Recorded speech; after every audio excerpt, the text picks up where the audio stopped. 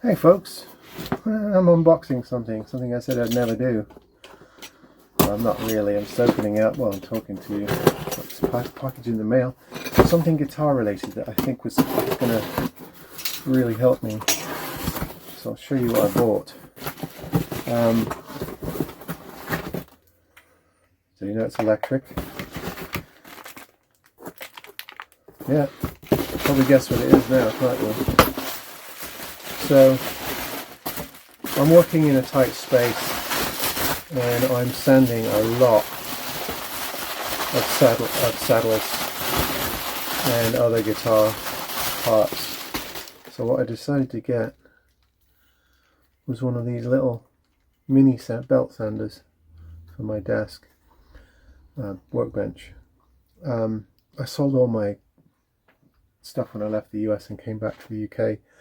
But anyway, if I have one, a saddle, I can do it on this electric thing and get it down to width. I can do it by hand. I'm doing a lot of that these days. I thought it'd be nifty to have one of these things. Very small, fits in the palm of my hand. This was an eBay purchase. I think I got this for 25 quid. It comes with the Allen wrenches.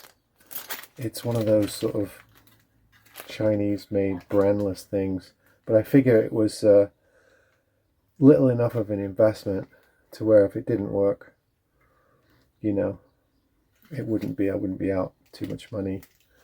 But just a little tiny sander for little infinitesimal parts. Be good for sharpening tools as well. Little belt sander. I do believe you can move this part so it's flat, so it's like that, and then you can do your saddles on it. Just thought that might be beneficial for the work here. But another thing I wanted to talk to you about and weigh in on, I know this is an instrument channel, but sometimes we get involved in things that are musical in nature or have to do with music or the production of music. And I thought to comment on something that's been in the public consciousness for over a week now, and that was the halftime Super Bowl performance by Kendrick Lamar. And let me first say that I didn't watch the Super Bowl. I never had that much interest in American football. I did watch a bit when I was over there, but I was never a regular. I've watched a few Super Bowls. I sort of lost interest when I came back to England because I much prefer real football, footy. So I felt not really interested in seeing it. The Super Bowl spectacle also, I don't know, I find it a bit annoying. Maybe it's my age. I've seen quite a few Super Bowl halftime shows over the years. If I don't watch the game, I sometimes check into them to see what the razzmatazz is about. I'm not a fan of Kendrick Lamar, although I do think he's an interesting artist. I know that To Pimp Like a Butterfly was a seminal album and really put him on the world stage, and was quite daring and innovative and different. Even people like the late great David Bowie admired that album. The newness, the sort of pioneering spirit he had, and what he brought to what was sort of a tiring hip hop scene. It's not always easy to listen to. I've tried to listen to that album, and sometimes I find it a bit jarring. But I appreciate what he's trying to do. And I appreciate somebody trying to do something different. So my first thought about the Super Bowl thing, and I'm not making this political, or I'm coming at this purely musical, although everything's political, as I'll mention in a minute. I'd rather see someone not many people are going to get that 15-minute gig. Very few people. I'd rather see somebody do something with it that's interesting, different, challenging, than some tired old nostalgic, look at me, blingy, come grovel in my riches with me kind of thing, which a lot of them tend to be over the years.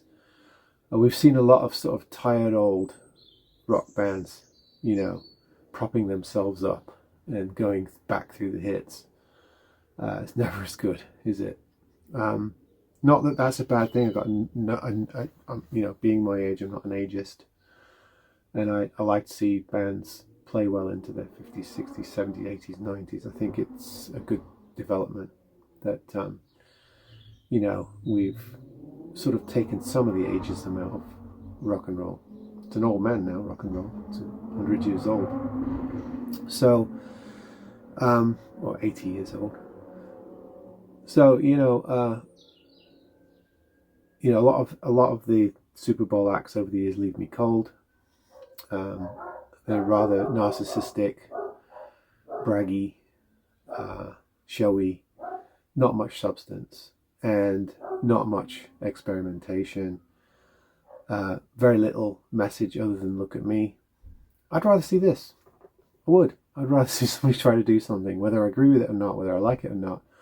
I'd rather see somebody try and do something artistic, different, challenging, work with the space, explore the possibilities. So that's the first thing I want to say. The second thing, a lot of people railed against it because it was political in nature, and they don't think a entertainment event should be political. Unfortunately, as I said a few minutes ago, everything's political. You can't get away from being political. The Super Bowl is political.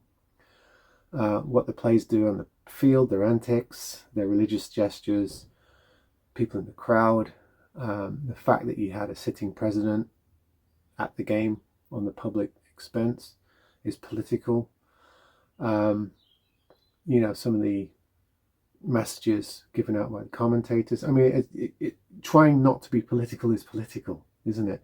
If you think about it, who won the American election? It's the people that didn't vote.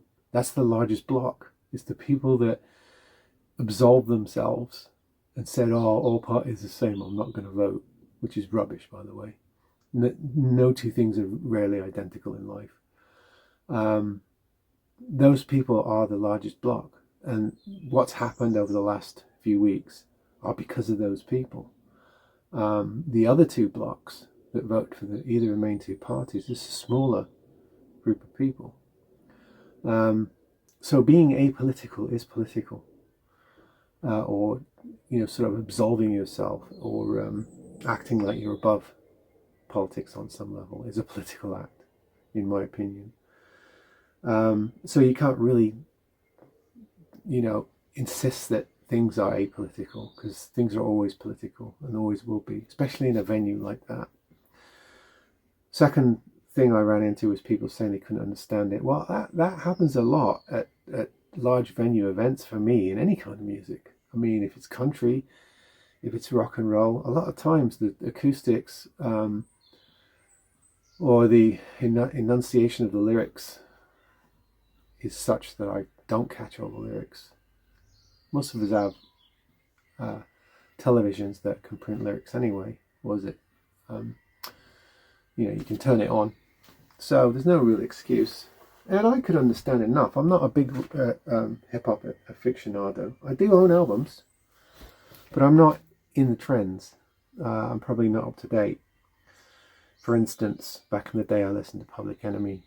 I liked bands like Common, Roots, Jurassic 5. I tend to like message rap, hip-hop that's about something, that challenges you, that has an intellectual component to it. Stuff like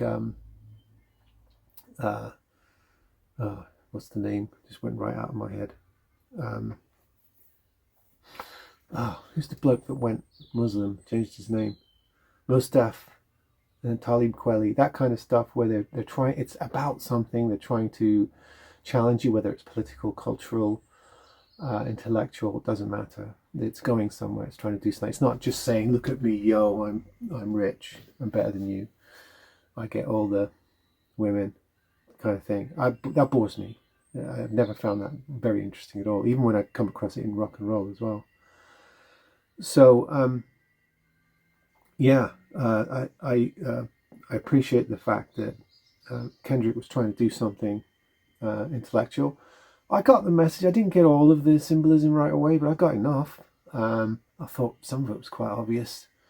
The sort of broken, wounded flag thing. The references that I did catch in the lyrics. The message was there. It was, I realized that the show was built on a diss track, and I have no understanding of the beef between the people. I don't really care. I never have when it comes to beefs between celebrities. I just don't care. Why would you believe one over the other anyway? So that part of it just went over my head, but I caught enough of the references to understand some of the messaging that was going on.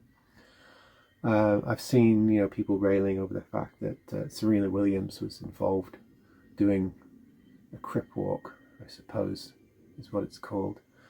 To me, it just seemed like a joyful dance by a successful black woman who was a great champion. I do like tennis, and there's no getting by it. She was an absolute colossus in that sport, and a pioneer for young women, particularly women of color. So I just didn't see anything negative or particularly offensive in any of that. And I appreciated that, even though it wasn't my favorite either. And that's the other thing people are railing about. It's not my kind of music, not my favorite. They should do something that appeals to everyone. We can't. We've had enough mass populism. We've had enough, sort of like tepid pop acts that come on and just play to the lowest common denominator. Do you really want more and more of that? It sounds the same. It's not challenging to the senses. It doesn't do anything. It's very self-congratulatory. I like the fact that somebody tried to do something different and took a risk.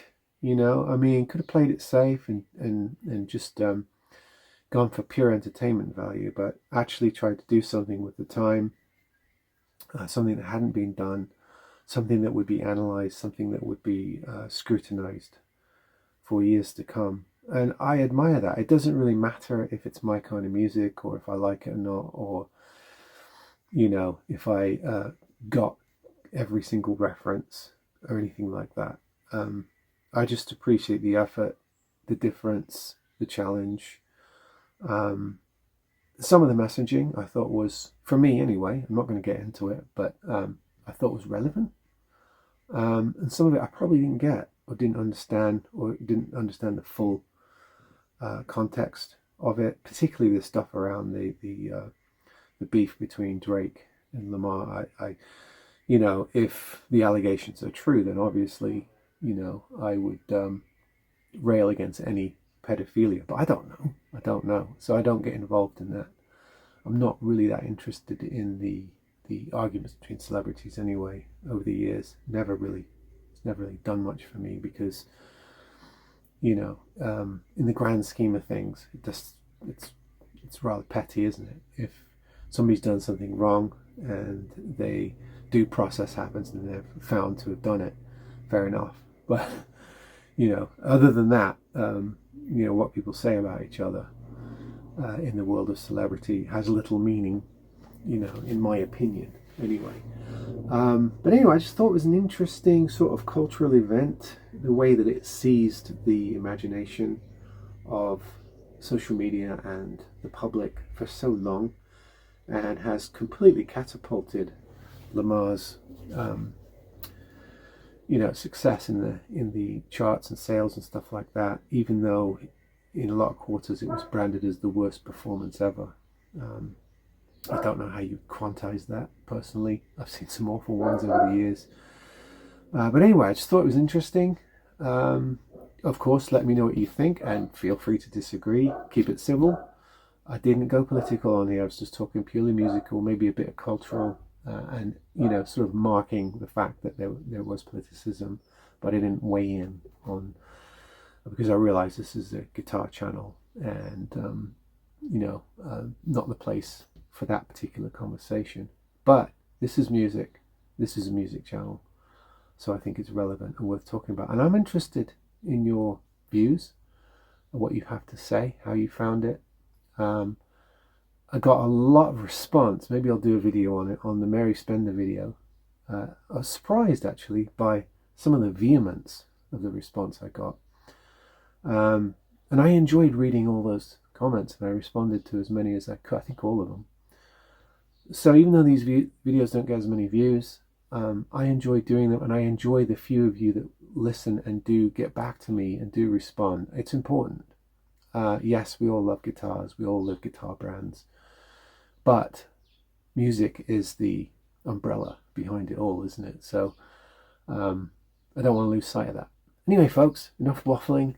I'm going to start doing some work on a guitar. See you next time.